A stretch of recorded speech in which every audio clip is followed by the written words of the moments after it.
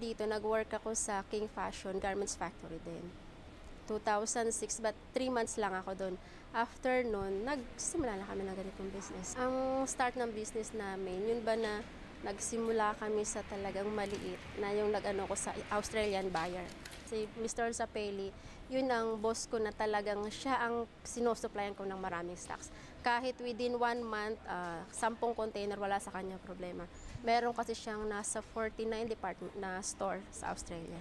Bali, alimbawa, ang namin kasi yung balance na garment na ano sa garments factory. Tapos, ang namin, yung remaining yun na, pagdating dito, i-ano rin namin, nire-repack, yung parang regular order din. Nasi-ship namin sa Australia, sa USA, minsan sa Pinas. Bali dito sa warehouse, yung namin, kasi sa Mr. Sapeli, hindi lang garments. Merong bags, shoes, belt, kahit ano na, yung nakikita mo sa department store, yun ang inaano niya, binibili niya sa amin. Pero pag halimbawa naman USA, garments lang.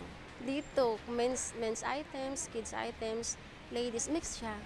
Kung depende by season, minsan for kids lang, halimbawa ngayong month na to, pag Pampinas, kids lang.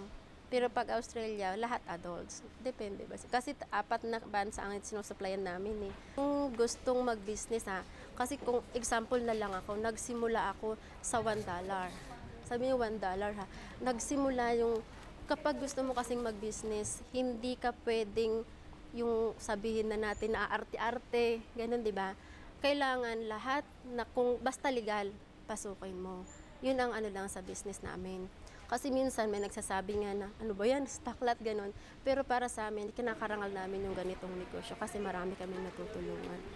Nung malaman ko na pupunta rito, masaya kasi syempre, biro mo, presidente papunta ng Cambodia, di ba? Dahil sa titingnan kami. Tapos yun nga, napagpunta niya rito, maganda, at least malalaman kung ano yung dapat namin mga Pilipino, kailangan namin mai-voice out sa kanya. Halimbawa, for example na lang yung, di ba, nagkakaroon ng bansa sa Pilipinas. Gusto namin i-ano sa kanya yun, na yung bang malaking tulong ang may ano sa amin dito, sa President.